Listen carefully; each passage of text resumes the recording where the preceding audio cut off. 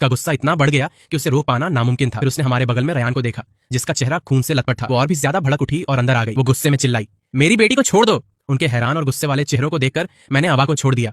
मैं नीचे झुका और साइड से एक वेट वाइप निकाला। फिर मैंने धीरे धीरे अपनी उंगलियां पोंछी, जैसे मैंने अभी अभी कोई बहुत गंदी चीज छुई हो। अपनी बेटी का चेहरा इतना सूजा हुआ देखकर कि उसे पहचानना मुश्किल हो रहा था। हेलेन का दिल टूट गया। उसने मुझे घूरा और झर उगलते हुए कहा, अगर मुझे पता होता कि तुम इतने दुष्ट हो तो मुझे तुम्हें पैदा होते ही मार देना चाहिए था। वो तुम्हारी बहन है, तुम उसे कैसे मार सकते हो? अगर तुम अभी भी इस परिवार में जगह चाहते हो तो तमीज से रहो। जब हम तुम्हें खड़े होने के लिए कहें तो तुम खड़े हो जाओ। जब हम तुम्हें घुटने टेकने के लिए कहें तो तुम घुटने टेको। मैंने अपनी भौहें उठाई और बिना परवाह किए कहा, अगर मिसेस व्हिटमोर मुझसे इतनी ही नफरत करती है, मैं चला जाऊंगा। मुझे भी सच में ये परिवार नहीं चाहिए। रेयान बहुत खुश था। वो उम्मीद कर रहा था कि मैं फिर कभी वापस ना आऊं। व्हाइट फैमिली को सिर्फ एक वारिस की जरूरत थी, उसकी। हेलेन मुझे दफा हो जाने के लिए कहने ही वाली थी, लेकिन रिचर्ड ने उसे खींच लिया।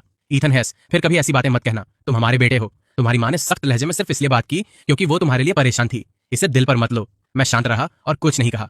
आखिर मैं सच में व्हिटमोर घर से जाने की कोशिश नहीं कर रहा था। ये मेरा मैदान था। मैं व्हिटमोर फैमिली को सबक सिखाए बिना नहीं जाऊंगा। इसके अलावा इससे साबित हो गया कि वो सच में मेरे पीछे की फैमिली की परवाह करते हैं। हेलेन ने कहा, एक बार जब तुम व्हिटमोर घर में हो तो तुम हमारे रूल्स मानते हो। तुम जो कुछ भी कहते और करते हो वो व्हाइट फैमिली को रिप्रेजेंट करता है।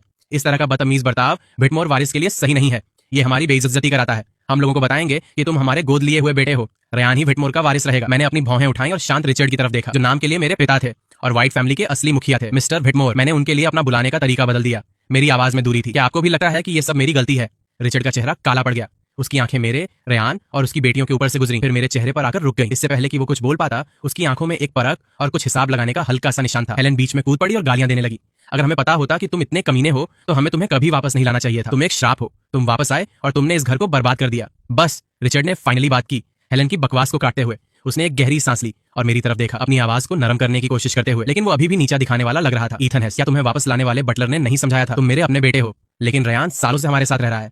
हमारे दिलों में वो बहुत पहले से परिवार बन चुका है। मुझे उम्मीद है कि तुम दोनों मिलजुल कर रह सकते हो। वो रुका। उसकी आवाज तेज हो गई। अब जब तुम वापस आ गए हो तो व्हिटमोर के रूल्स मानो। अभी तुमने जो किया वो लिमिट क्रॉस करना था। अपनी माँ, अपनी बहनों और रेयान से माफी मांगो। मैं ऐसे हंसा जैसे मैंने दुनिया का सबसे बड़ा मजाक सुन लिया हो। मिस्टर व्हिटमोर, क्या आप कुछ भूल रहे हैं? मैं आगे बढ़ा और जब से मैं इस घर में आया हूं तब से उसे घूर कर देखा। आपकी पत्नी, आपकी बेटियां और मेरी जगह पर वो नकली इंसान। क्या उन्होंने मुझे थोड़ी सी भी रिस्पेक्ट दिखाई है? मुझे बाहर लॉक करना एक रूल है। मुझे स्टोर रूम में सुलाना एक रूल है। मुझे बार बार बाहर निकल जाने के लिए कहना एक रूल है।